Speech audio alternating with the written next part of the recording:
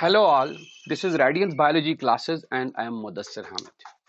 In the last video, we discussed about the amplification of the desired gene, the amplification of the fragment of DNA with the help of a technique. The technique is known as polymerase chain reaction. We also discussed about different types of vectors which are used for the transfer of a desired gene into the host cell. आज के video में हम बात करेंगे the mechanism behind the introduction of the desired gene into the host cell. कैसे हम एक isolate किया हुआ डिजायर्ड जीन जिसको हमने आइसोलेट किया है with the help of a particular restriction endonuclease, कैसे हम इस डिजायर्ड जीन को होस्ट सेल के अंदर इंट्रोड्यूस कर सकते हैं, इसके बारे में हम आज थोड़ा सा बात करेंगे। राइट, मैं आपको बता दूं कि हम एक होस्ट सेल के अंदर डिजायर्ड जीन इंट्रोड्यूस कर सकते हैं दो मैकेनिज्म से, दो मेथड से। One with the help of a vector, suitable vector, and another without the help of vector. मतलब अगर हम with the use of the vector करेंगे तो वो हुआ vector mediated transfer of the gene into the host cell. लेकिन हमारे पास मेथड्स हैं जिनमें हम डिजायर्ड जीन को होस्ट सेल के अंदर इंट्रोड्यूस करेंगे without the use of a vector, directly, उसको हम डायरेक्ट जीन ट्रांसफर बोलेंगे। राइट, सो आज हम बात करेंगे फिलहाल vector mediated transfer of the desired gene into the host cell. तो करना क्या है, हमने पिछले वीडियो में देखा हुआ है, हमने डिजायर्ड जीन को आइसोलेट, पिछले वीडियोस में हमने देखा, एक्सप्लेन किया, हमने डिजायर्ड जीन को हमने आइसोलेट किया हुआ है। उसके बाद हमने उस डिजायर्ड जीन को एम्पलीफाई भी किया with the help of polymerase chain reaction. Right, मतलब ये है कि हमारे पास जो अभी मौजूद जो सैंपल है, डीएनए सैंपल है, it contains desired gene, lots and lots of fragments of desired gene. Right.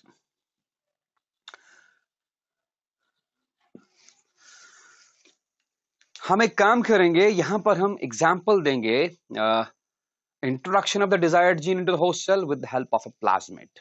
Right, we will focus on the function, the role of the plasmid into the role of the plasmid in the transfer of the desired gene into the host cells.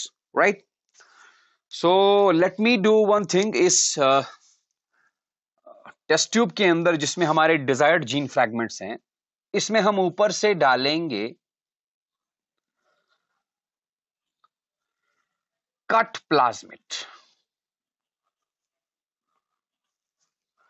मतलब क्या है ये cut plasmid? मैं आपको याद दिला दूं, अगर आपने मेरा पिछला वीडियो देखा होगा जिसमें हमने वेक्टर्स के बारे में बात की है, I explain in that video the structure of plasmid PBr322. You can go to my YouTube channel Radiance Biology classes and you can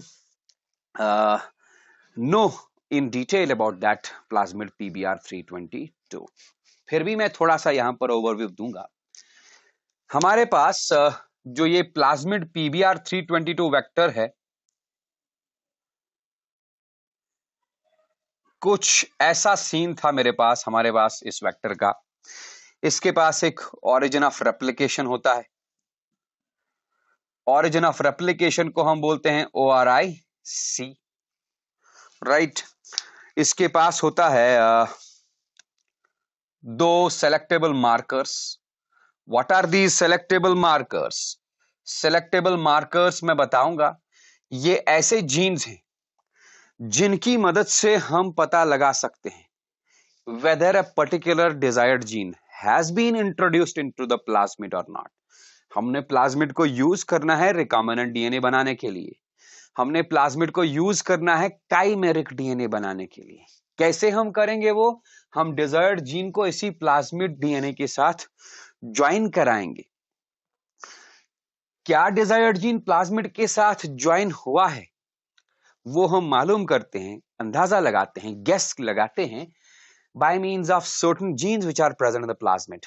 Those genes are known as selectable markers. तो plasmid PBr322 में भी दो selectable marker jeans होते हैं। एक को बोलते हैं टेट्रासाइक्लिन रेजिस्टेंस जीन एंड दूसरे का नाम है एम्पीसिलिन रेजिस्टेंस जीन, राइट। इन्हीं दो जीन्स को यूज किया जाता है एज सेलेक्टेबल मार्कर्स। हम एक काम करते हैं, इन दोनों को शेड मारते हैं।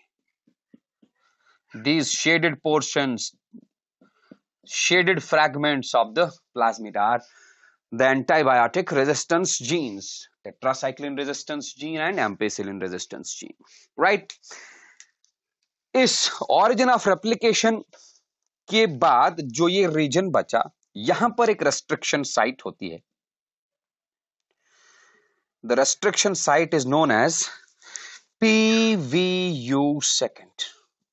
मतलब यहां पर मैं इस प्लाज्मिड को काट सकता हूं with the help of restriction endonuclease PVU second. यहां पर रेस्ट्रिक्शन साइट होती है टेट्रासाइक्लिन रेजिस्टेंस जीन में. दो रेस्ट्रिक्शन साइट्स होती है, एक BAMH1 और दूसरा भी है, that second one is SAL1. Similarly ampicillin resistance gene में दो रेस्ट्रिक्शन साइट्स हैं. One is PVU first and another one is PST1.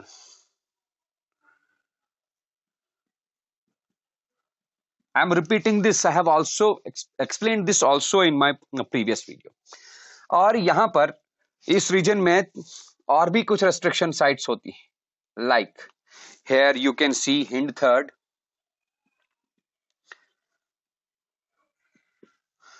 then you can see CLA1, then you can see EcoR1,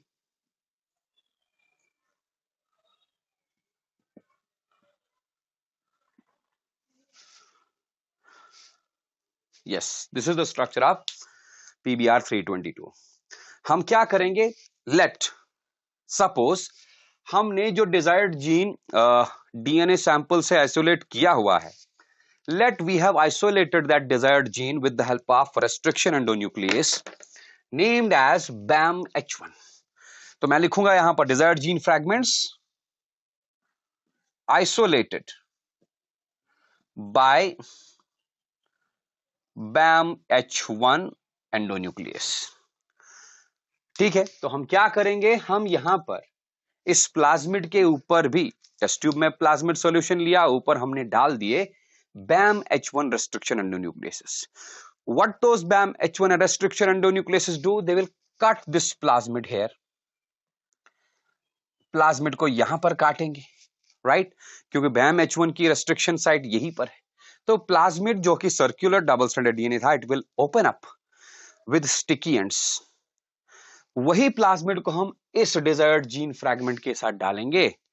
फिर क्या होगा, क्योंकि हमने डिजायर्ड जीन्स को BAMH1 enzyme से आइसोलेट किया हुआ है और प्लाज्मिड को भी हमने BAMH1 एंजाइम से ही काटा, तो desired gene fragments have the tendency to join at this cut end of the plasmid, right. तब जाके रिकॉम्बिनेंट प्लाज्मिड बनेगा. तो हमारे पास है क्या, we have got a plasmid like this. मैं ये सारी चीजें मिटा दूंगा. लेबलिंग आपको पता है, for labelling of this plasmid label structure you can go to my previous video, right, on Radiance biology classes. तो यहां पर कटा, यहां पर कटने के बाद कुछ ऐसा सीन मिला एंड लेट ये रहे स्टिकी एंड्स. इन्हीं स्टिकी एंड्स के बीच में, क्योंकि जब तक स्टिकी एंड्स नहीं होंगे तब तक डीएनए फ्रैगमेंट ज्वाइन नहीं हो पाएगा. यहां पर जीन ऑफ इंटरेस्ट ज्वाइन होगा, तब जाके ये बनेगा. Now it is a recombinant plasmid, recombinant plasmid या रिकॉम्बिनेंट डीएनए बोल सकते हैं, या हम इसको बोल सकते हैं काइमेरिक डीएनए. या chimeric plasmids. But this will happen only जब हमने इस डिजायर्ड जीन फ्रैगमेंट सॉल्यूशन के अंदर यही वाला कट प्लाज्मिड डाल दिया और ऊपर से एंजाइम डाल दिए। कौन से enzymes? Joining enzymes which are known as DNA ligases. Right, तो हमारे पास एक सॉल्यूशन बनेगा, DNA solution, that will be consisting of lots and lots of recombinant plasmids. Right, हमने उन रिकॉम्बिनेंट प्लाज्मिड्स को यूज करना है। बट रिमेंबर, उन रिकॉम्बिनेंट प्लाज्मिड्स के अंदर जो डिजायर्ड जीन है, डिजायर्ड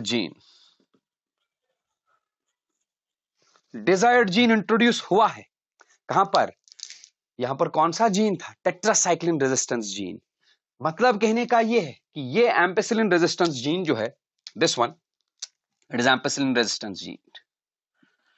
एम्पेसिलिन रेजिस्टेंस जीन अभी भी इस प्लाज्मिड में फंक्शनल है। Ampicillin resistance gene enables this plasmid to survive the antibiotic medium. Which medium? Ampicillin medium. मतलब अगर इस प्लाज्मिड को मैं एम्पेसिलिन मीडियम में डाल दूंगा, ये प्लाज्मिड एम्पेसिलिन मीडियम में जिंदा रहेगा क्योंकि इसके पास एम्पेसिलिन रेजिस्टेंस जीन अभी भी इंटैक्ट है। लेकिन अगर हम इसी प्लाज्मिड को टेट्रासाइक्लिन मीडियम के साथ ट्रीट करेंगे, इसके पास जो टेट्रासाइक्लिन रेजिस्टेंस जीन था वो अब फंक्शनल नहीं रहा। क्यों नहीं रहा फंक्शनल? क्योंकि उसके अंदर हमने डाला हुआ है डिजायर्ड जीन को। This gene has been cut out, this gene has been mutated.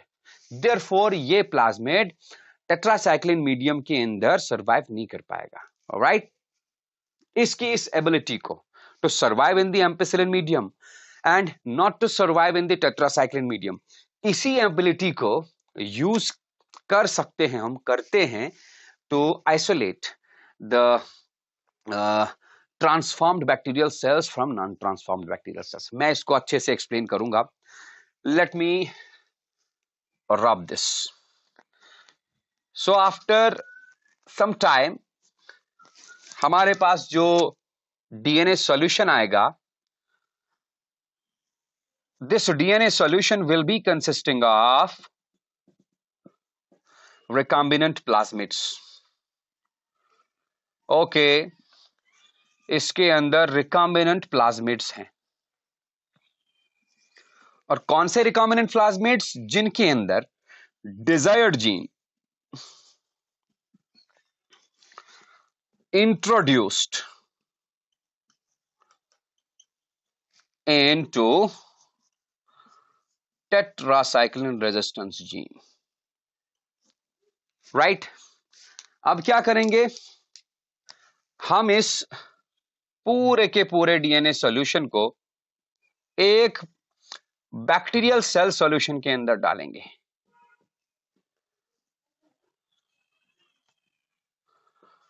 Bacterial cell solution, bacterial cell के अंदर डाला हमने रिकॉम्बिनेंट प्लाज्मिड्स को।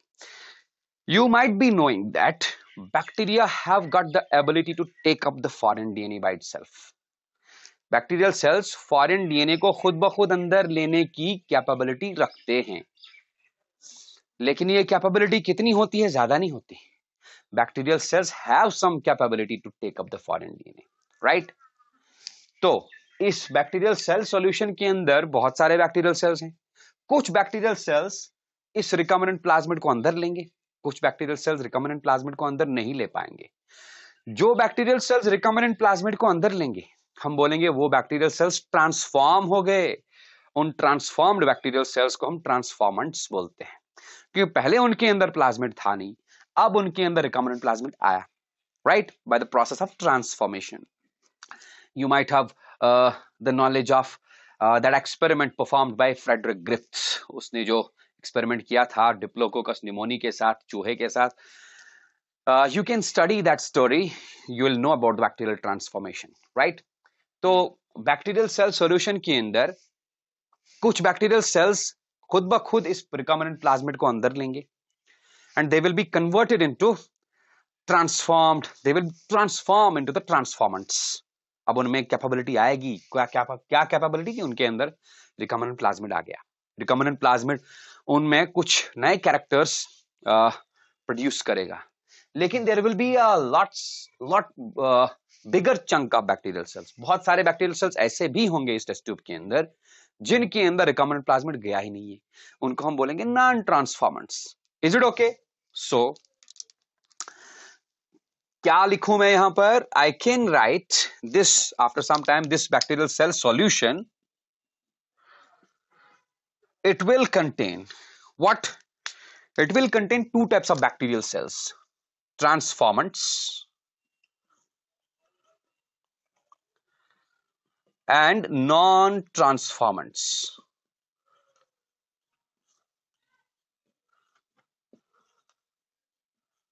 ट्रांसफॉर्मेंट्स के अंदर रिकॉम्बिनेंट प्लाज्मिड आया हुआ होगा और नॉन ट्रांसफॉर्मेंट्स के अंदर रिकॉम्बिनेंट प्लाज्मिड आया नहीं है।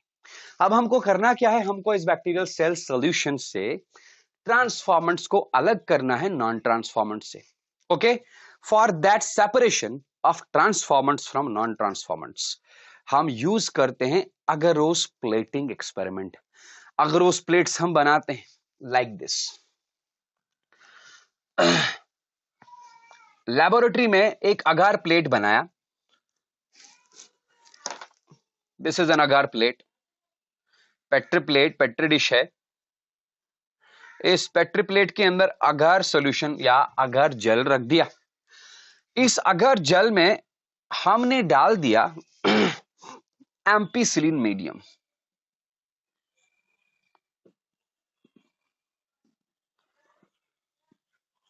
Ampicillin medium containing agar plate. Okay, उसके बाद क्या करेंगे? यहां से यहां हम स्टरलाइज्ड टूथपिक या स्टरलाइज्ड नीडल इंट्रोड्यूस करेंगे। उस नीडल के साथ बहुत सारे बैक्टीरियल सेल्स स्टक हो जाएंगे, उनको मैं यहां टच करूंगा लाइक दिस। यहां टच किया, let this point is a. तो व्हाट विल हैपन? इस डॉट के अंदर बहुत सारे बैक्टीरियल सेल्स हैं और उन बैक्टीरियल सेल्स में ट्रांसफॉर्मेंट्स भी होंगे, नॉन ट्रांसफॉर्मेंट्स भी होंगे। ट्रांसफॉर्मेंट्स मतलब जिनके अंदर प्लाज्मिड चला गया, और नॉन ट्रांसफॉर्मेंट्स मतलब जिनके अंदर प्लाज्मिड गया ही नहीं है। अगर उनके अंदर प्लाज्मिड नहीं गया, इसका मतलब उनके अंदर एम्पिसिलिन रेजिस्टेंस जीन नहीं होगा, उनके अंदर टेट्रासाइक्लिन रेजिस्टेंस जीन नहीं होगा। मींस नॉन ट्रांसफॉर्मेंट्स इस एम्पिसिलिन मीडियम वाले अगर प्लेट पे जिंदा नहीं रहेंगे, राइट?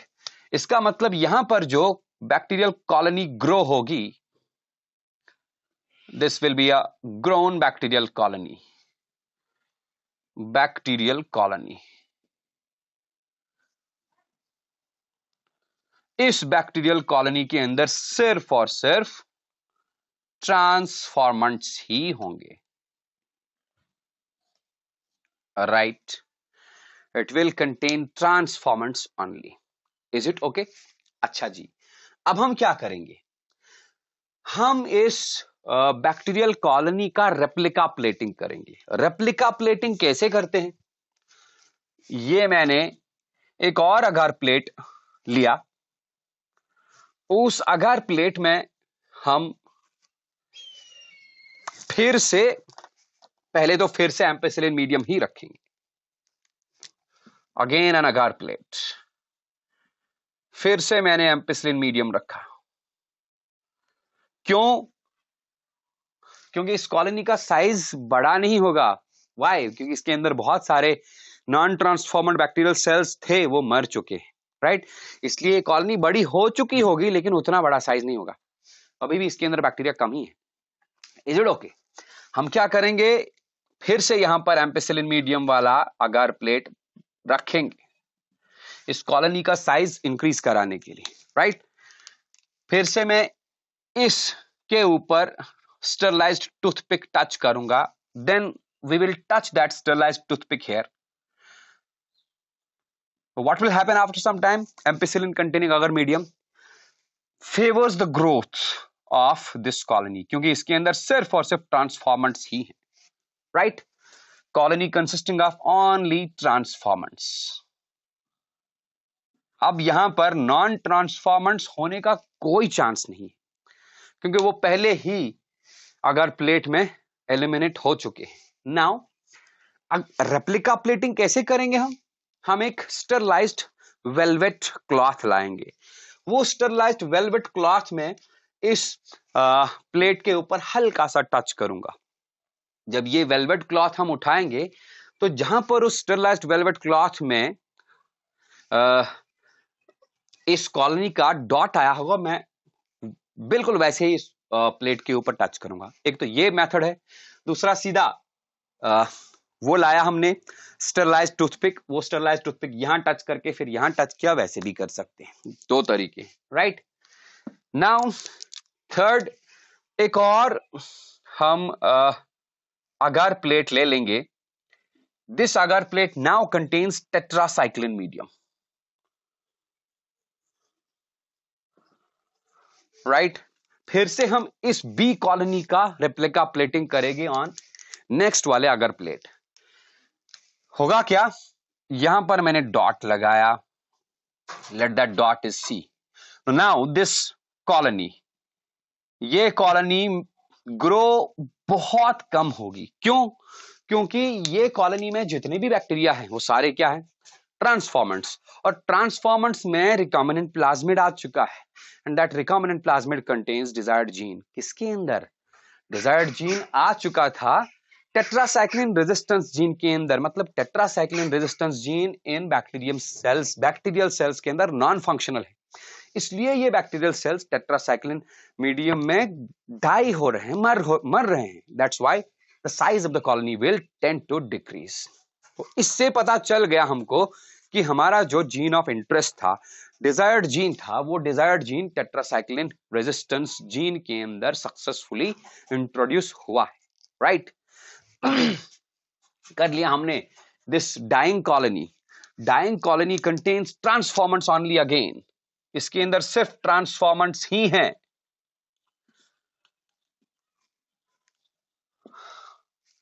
ओनली। बट ये भी अब क्लियर हो गया कि ये कौन से वाले ट्रांसफॉर्मेंट्स हैं।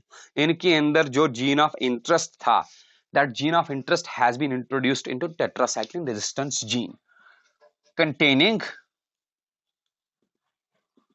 non-functional, yes, non-functional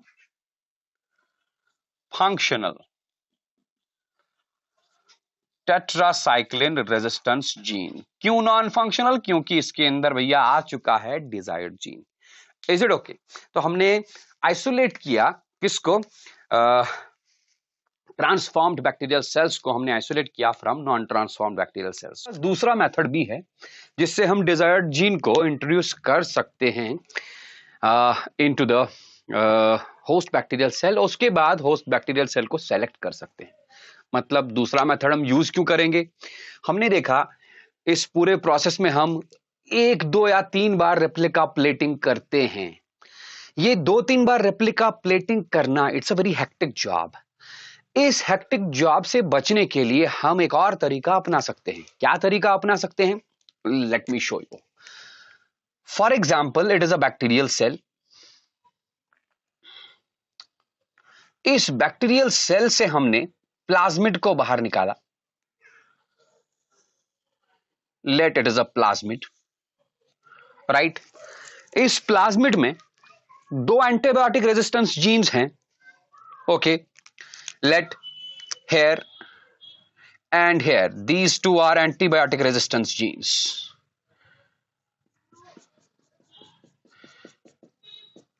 Okay, let here is an origin of replication. ये रहा origin of replication जिसको हम ORIC बोलते हैं। Let there is another gene next to the origin of replication. This gene is named as LAC-Z gene. This is LAC-Z.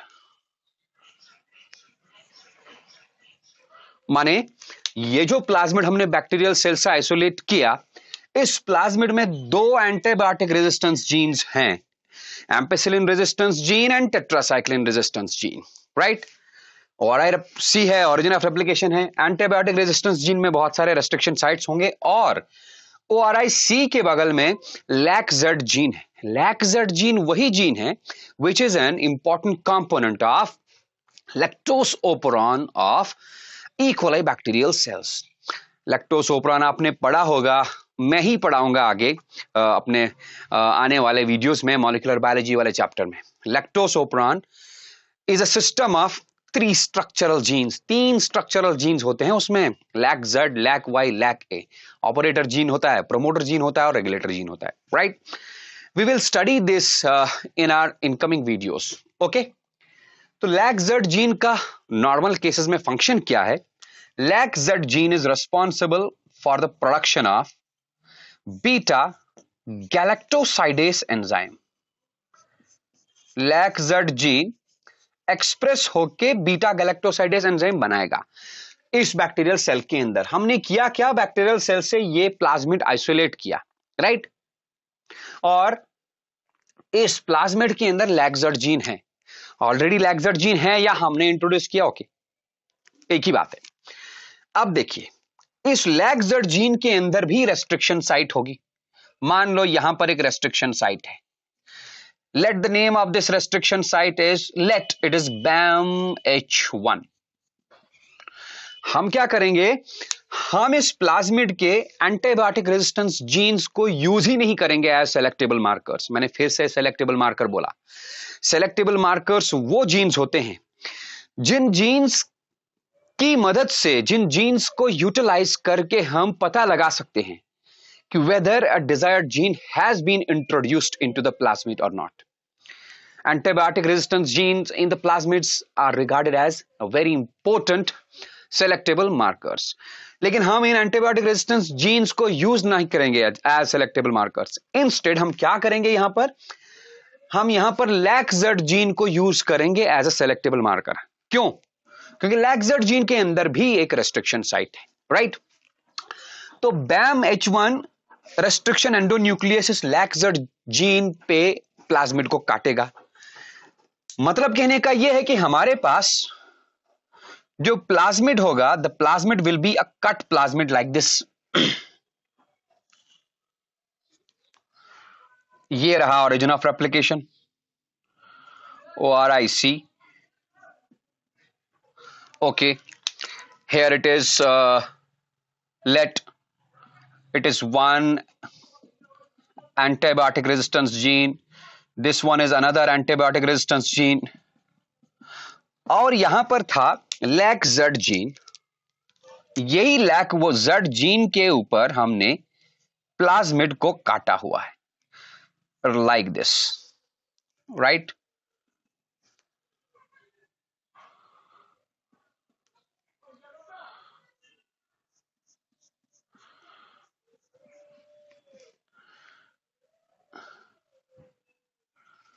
ये लो भाई, this is a cut plasmid which has been cut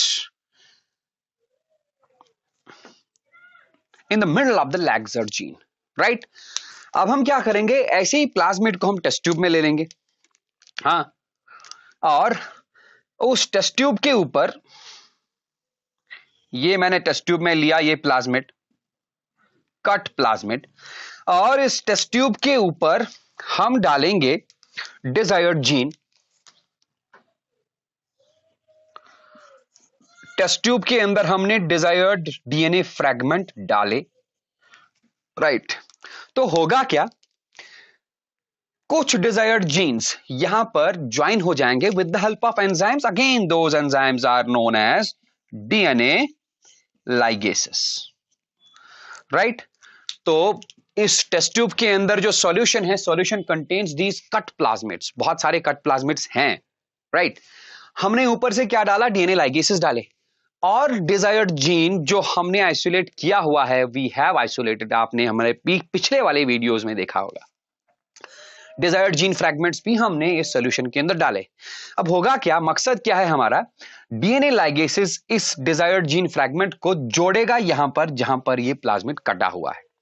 लेकिन this desired gene may gate introduced here, it may not gate introduced here. कहने का मतलब यह है कि हमारे पास कुछ टाइम के बाद इस सॉल्यूशन के अंदर 2 तरह के प्लाज्मिड्स होंगे.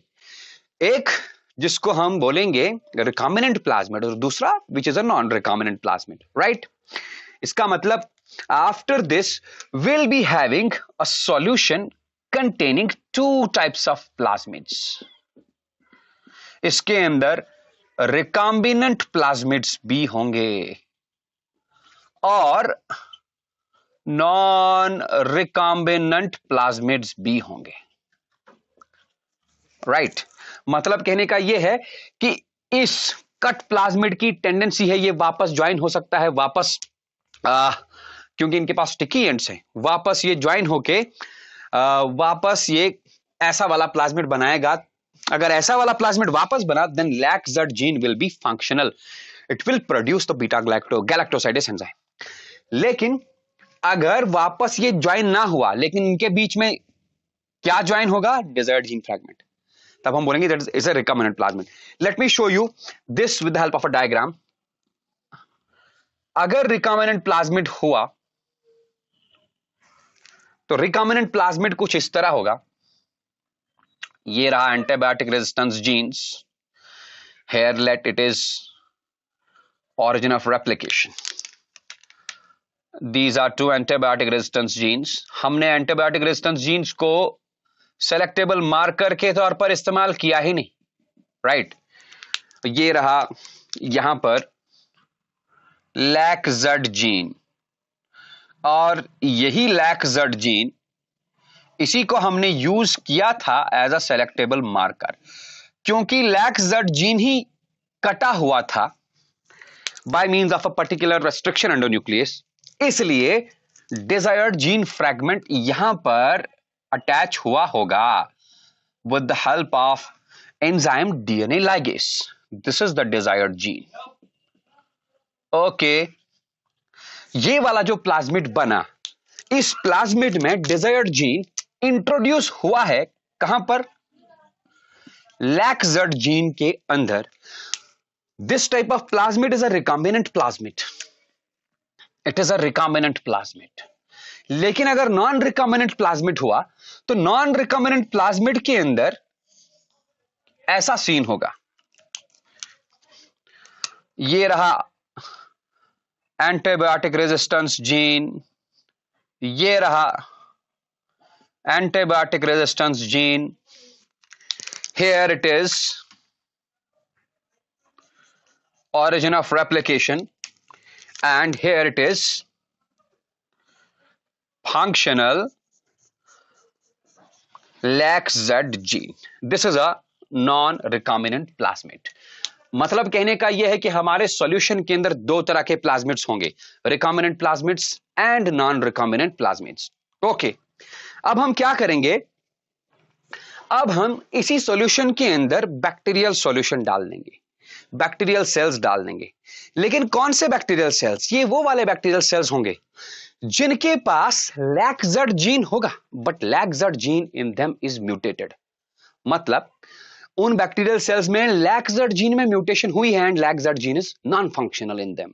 Right let me show you this with the help of a diagram again. तो हमारे पास जो सॉल्यूशन है, उस सॉल्यूशन के अंदर मैं ये लेट ब्लू से बनाऊंगा. ये हमारे पास बैक्टीरियल सॉल्यूशन है, solution of bacterial cells, bacterial cell solution. And these bacterial cells have a mutated lacZ gene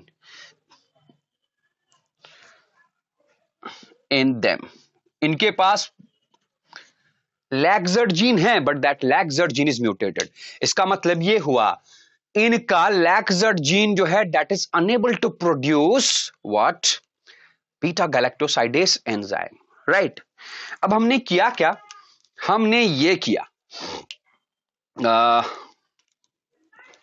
हमने इस रिकॉम्बिनेंट प्लाज्मिड को लाया, रिकॉम्बिनेंट प्लाज्मिड्स को लाया.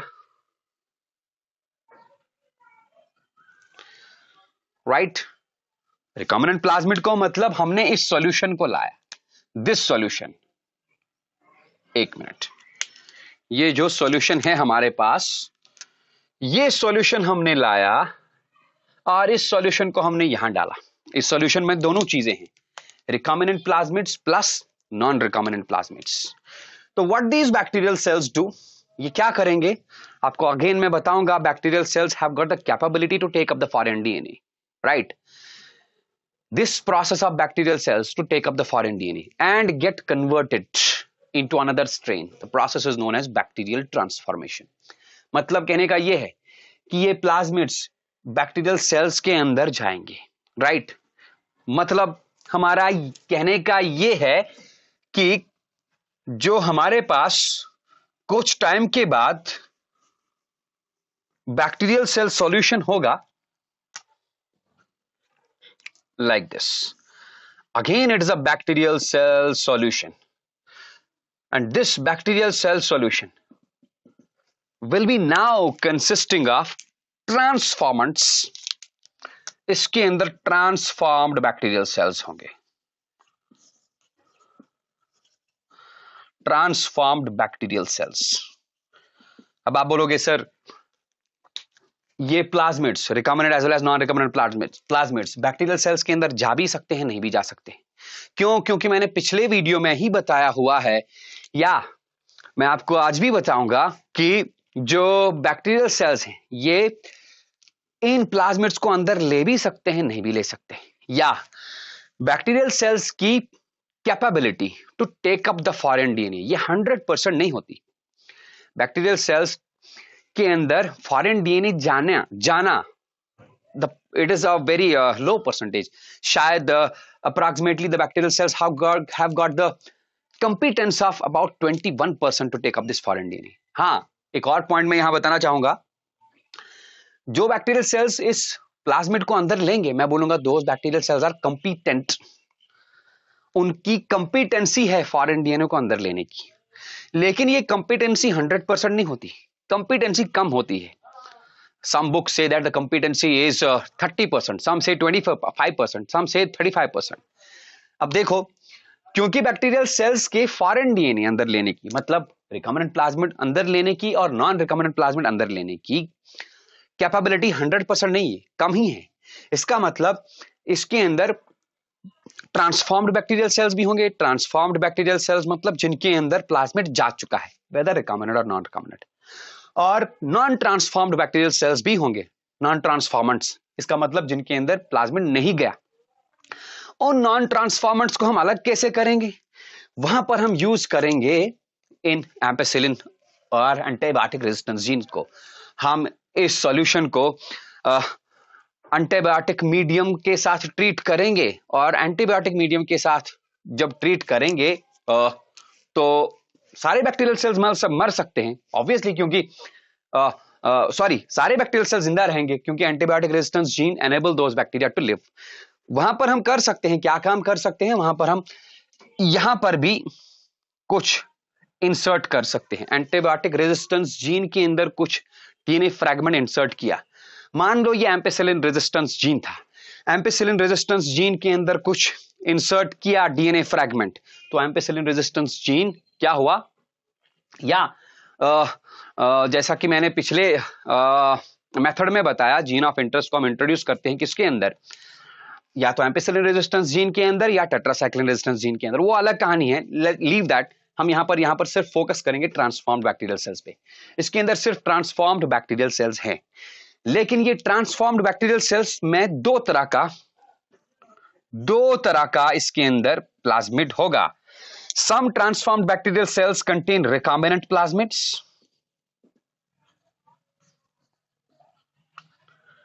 and some transformed bacterial cells contain non-recombinant plasmids. Right? अब मान लो कि हमने ट्रांसफॉर्म्ड बैक्टीरियल सेल्स को नॉन ट्रांसफॉर्म्ड बैक्टीरियल सेल्स से पहले ही सेपरेट किया हुआ है। That's a separate story, leave that, लंबा हो जाएगा नहीं तो। हम उस स्टोरी को पहले ही पढ़ चुके हैं, कैसे हम करते हैं उसको, राइट? तो हमारे पास इस सॉल्यूशन में अब क्या आ गया? Transformed bacterial cells, but the transformed bacterial cells some contain recombinant plasmids and some contain non-recombinant plasmids. जिनके अंदर recombinant plasmid है उनके अंदर का लैक-ज़ड जीन नॉन फंक्शनल हुआ है, राइट? अभी मैंने कहा अगर रिकॉम्बिनेंट प्लाज्मिड है तो इसका मतलब डिजायर्ड जीन लैक-ज़ड जीन के अंदर इंट्रोड्यूस हुआ है, तो लैक-ज़ड जीन नॉन फंक्शनल। जिनके अंदर नॉन रिकॉम्बिनेंट प्लाज्मिड है, मतलब डिजायर्ड जीन एंटर ही नहीं हुआ है, उनके अंदर लैक-ज़ड जीन फंक्शनल होगा। Is it okay? नाउ अब हम बनाएंगे एक agar plate. Let's prepare an agar plate. This is an agar plate. इस अगार प्लेट में हम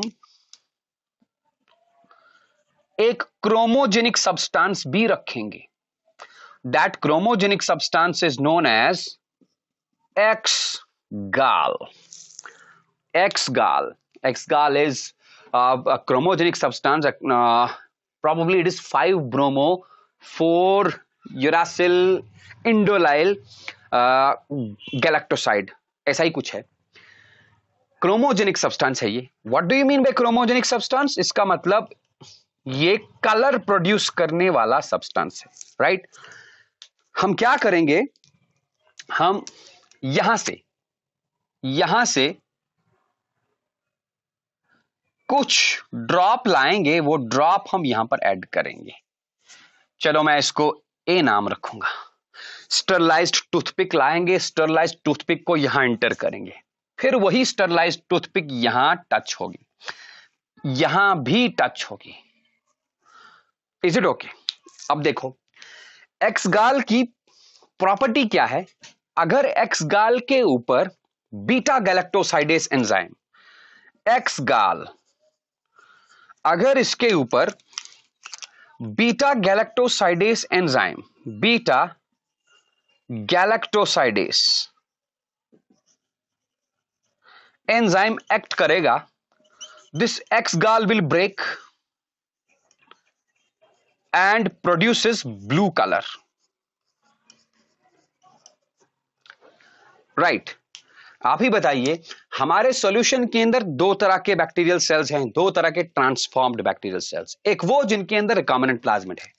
रिकॉम्बिनेंट प्लाज्मिड का मतलब इनके अंदर बीटा गैलेक्टोसाइडेस एंजाइम नहीं होगा, नॉट प्रेजेंट। व्हाई? क्योंकि इनके अंदर बीटा गैलेक्टोसाइडेस बनाने वाला जीन, दैट इज लैक-ज़ड, म्यूटेट हो चुका है by the introduction of desired gene into it, right? लेकिन ये वाले जो हैं नॉन रिकॉम्बिनेंट प्लाज्मिड्स, इनके अंदर बीटा गैलेक्टोसाइडेस एंजाइम प्रेजेंट है, it is present in them. तो व्हाट विल हैपन, जो मान लो यहां पर कॉलोनी, यहां पर जो हमने डॉट बैक्टीरियल सेल्स का लगाया, इस कॉलोनी का कलर ब्लू आया। What does it mean? Blue colour मतलब क्यों आया? क्योंकि इसके अंदर जो बैक्टीरियल सेल्स हैं उनके अंदर नॉन रिकॉम्बिनेंट प्लाज्मिड्स एंटर हो चुके हैं। नॉन रिकॉम्बिनेंट प्लाज्मिड एंटर होने से उनके अंदर लैक-ज़ड जीन आ गया। खुद का इनका लैक-ज़ड जीन ऑलरेडी, पहले ही मैंने कहा lacZ gene is mutated in them, इसलिए जब इनके अंदर नॉन रिकॉम्बिनेंट प्लाज्मिड गया, नॉन रिकॉम्बिनेंट प्लाज्मिड जाने से इनके अंदर लैक-ज़ड जीन आ गया, फंक्शनल लैक-ज़ड जीन। वही लैक-ज़ड जीन इस एक्स-गाल के ऊपर एक्ट करेगा, इसको ब्रेक करेगा and will produce blue colour. Blue colour colonies आ गए। एक ही बार हमने अगार प्लेट बनाया और लेट यहां पर भी कॉलोनी ग्रो होगी। This colony is the white bacterial colony. White colony क्यों? व्हाइट कॉलोनी क्यों? इट इंडिकेट्स कि इसके अंदर रिकॉम्बिनेंट प्लाज्मिड जा चुके हैं। मतलब इस व्हाइट बैक्टीरियल सेल कॉलोनी में जितने भी बैक्टीरिया हैं उनके अंदर रिकॉम्बिनेंट प्लाज्मिड्स जा चुके हैं। रिकॉम्बिनेंट प्लाज्मिड मतलब desired gene introduced into the lacZ gene. LacZ gene non functional हो गया, वो ट्रांसक्राइब ट्रांसलेट होगा ही नहीं, तो बीटा गैलेक्टोसाइडेस एंजाइम होगा नहीं। तो यहां के जो बैक्टीरिया होंगे उनके अंदर बीटा गैलेक्टोसाइडेस एंजाइम ही नहीं है, तो वो एक्स-गाल को ब्रेक ही नहीं कर पाएंगे, कलर नहीं दे पाएंगे, राइट? तो हमने क्या सीखा? व्हाइट कॉलोनीज, व्हाइट कॉलोनीज के अंदर रिकॉम्बिनेंट प्लाज्मिड आया है और ब्लू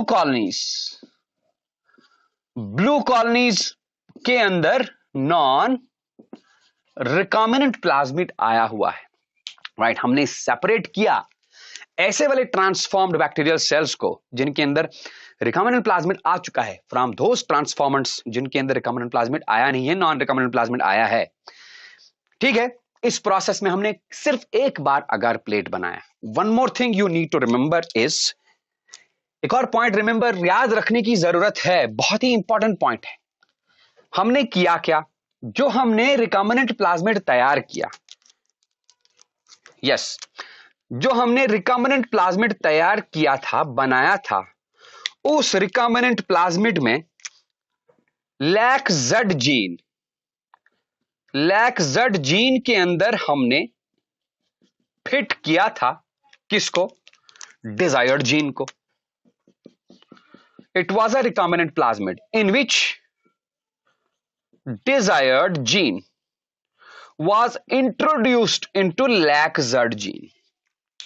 अब सोचो जरा, अगर lac-Z जीन के अंदर desired जीन नहीं आया, जैसा कि नॉन रिकॉम्बिनेंट प्लाज्मिड्स में होता है, तो lac-Z जीन एक्टिव है तो ये ट्रांसक्राइब और ट्रांसलेट होके क्या बनाएगा, बीटा गैलेक्टोसाइडेज। लेकिन डिजायर्ड जीन अंदर जाने से, किसके अंदर, lac-Z जीन के अंदर जाने से, डिजायर्ड जीन lac-Z जीन के अंदर जाने से lac-Z जीन क्या हुआ, इनएक्टिव। जैसा कि किन में होगा, रिकॉम्बिनेंट प्लाज्मिड्स में। तो क्या किया है हमने, प्रोसेस क्या किया है, हमने lac-Z जीन को इनएक्टिव कराया by the introduction of the desired gene into it. एक एक्टिव फंक्शनल जीन को हमने इनएक्टिव कराया by the introduction of the desired gene into it. This process in which an active gene is inactivated by the introduction of a desired gene fragment into it, the process is known as insertional inactivation। Insertional inactivation। और इस insertional inactivation process की मदद से हम recombinant transformant bacterial cells को isolate करेंगे from non recombinant transformants से, right. फिर हमने करना क्या है, इतना पार्ट अगर प्लेट से काटा, इस अगर प्लेट के इस पार्ट में सिर्फ और सिर्फ व्हाइट कॉलोनीज हैं, white bacterial colonies. Those white bacterial colonies contain recombinant plasmid, right. ये व्हाइट बैक्टीरियल कॉलोनीज क्या करेंगी, they will grow in size grow होना मतलब इसके अंदर जो बैक्टीरिया है they will multiply by means of binary fission, right. अब सोचो जरा, हमारे पास डिजायर्ड जीन की भैया एक कॉपी थी, एक कॉपी डिजायर्ड जीन की। यहां पर बैक्टीरियल कॉलोनी में मिलियंस ऑफ बैक्टीरिया है, तो हर बैक्टीरियल सेल के अंदर डिजायर्ड जीन की कॉपी। एक डिजायर्ड जीन की कॉपी से हमने कितने डिजायर्ड जीन्स की कॉपीज बनाई, बहुत सारी, मिलियन कॉपीज। वो सारी कॉपीज एक दूसरे के जैसे होंगी, मतलब दे विल बी लुकअलाइक्स। लुकअलाइक्स को हम क्लोन्स भी बोलते हैं। इसका मतलब बाय दिस डिटेल्ड मेथड हमने किया क्या, एक डिजायर्ड जीन के बहुत सारे लुकअलाइक्स बनाए। वो सारे लुकअलाइक्स डिफरेंट बैक्टीरियल सेल्स के अंदर होंगे। इन्हीं लुकअलाइक्स को हम क्लोन्स बोलते हैं, मतलब हमने डिजायर्ड जीन को क्लोन किया। Is it okay? This is the detailed method, detailed process in which we have produced lookalikes, lots and lots of lookalikes of a desired gene. This process of producing lookalikes of a particular gene is known as gene cloning, right? और ये bacterial colony जिसके अंदर इस desired gene के बहुत सारे clones होंगे, इस बैक्टीरियल कॉलोनी को हम बोलेंगे library of that particular gene या gene library. Is it okay? Yes. इसके बाद नेचुरल जीन ट्रांसफर भी मैंने पिछले वीडियो में भी कहा था।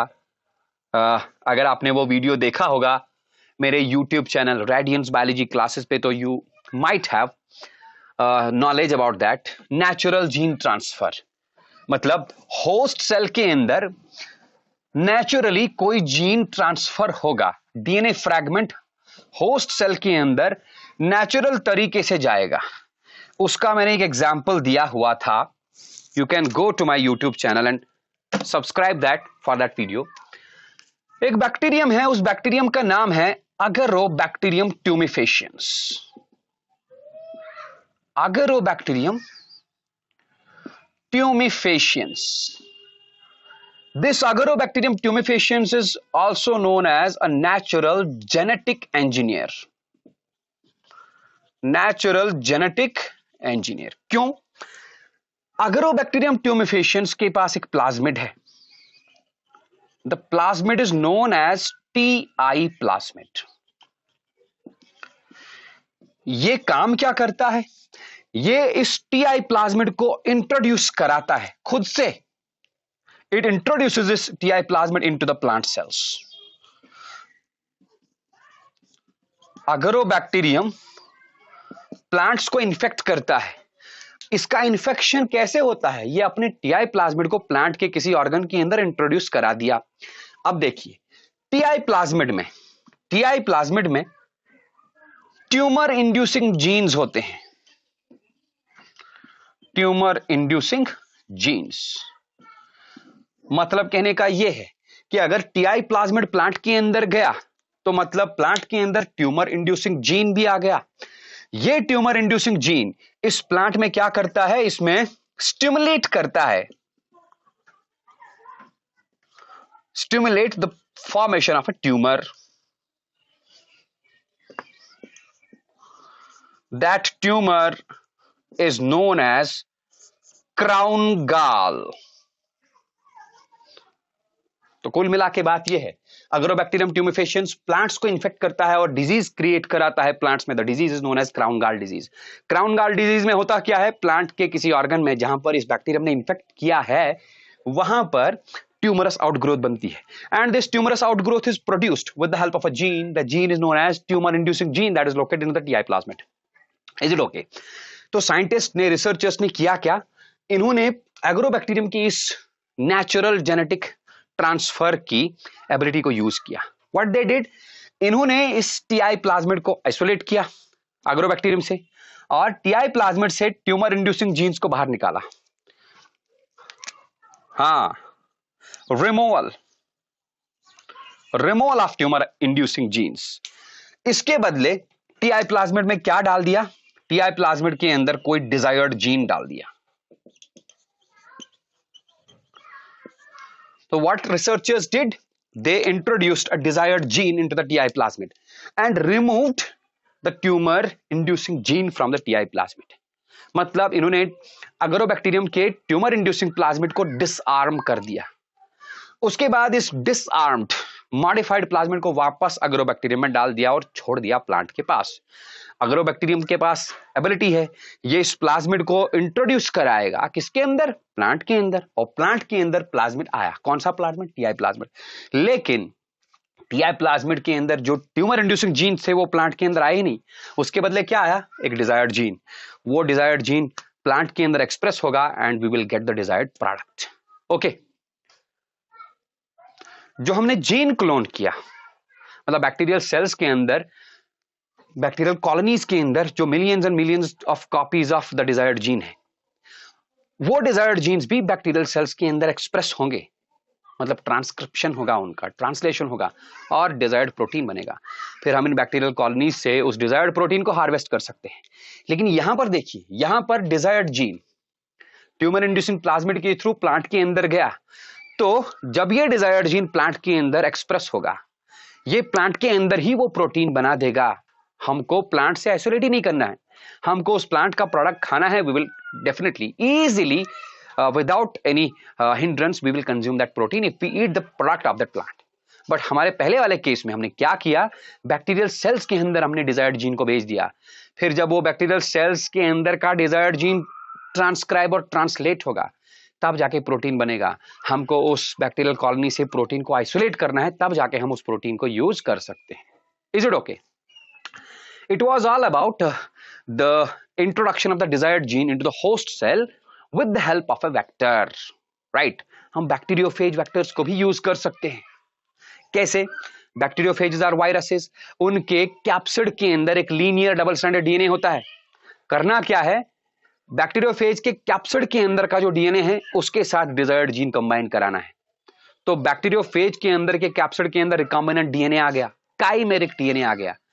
इस बैक्टीरियोफेज को छोड़ दिया बैक्टीरियल सेल के पास, ये खुद ब खुद बैक्टीरियल सेल के अंदर अपना डीएनए इंट्रोड्यूस कराएगा. उसके साथ क्या होगा? डिजायर्ड जीन भी होगा. This process in which bacteriophage transports the desired gene into the host bacterial cell, या एक ऐसी प्रोसेस जिससे हमने डिजायर्ड जीन को होस्ट बैक्टीरियल सेल के अंदर पहुंचाया, through which agency, through the agency of the bacteriophage. इस प्रोसेस को हम ट्रांसडक्शन बोलते हैं। लेकिन अगर बैक्टीरियल सेल खुद ब खुद फॉरेन डीएनए को अंदर लेगा, वो प्रोसेस ट्रांसफॉर्मेशन है, right? Transformation, the bacterial cells take up the foreign DNA by themselves. Transduction, we transport the desired gene into the bacterial cells with the help of bacteriophages, right? ये थे कुछ methods जिनमें हम vectors को use करेंगे, vectors को use करते हैं to transport the desired gene into the host cells. Next, there is a method, there a set of methods in which we introduce the desired gene into the host cell without the help of a vector.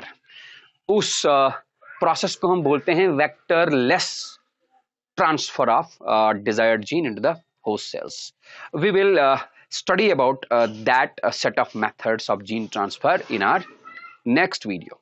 Okay? Thank you.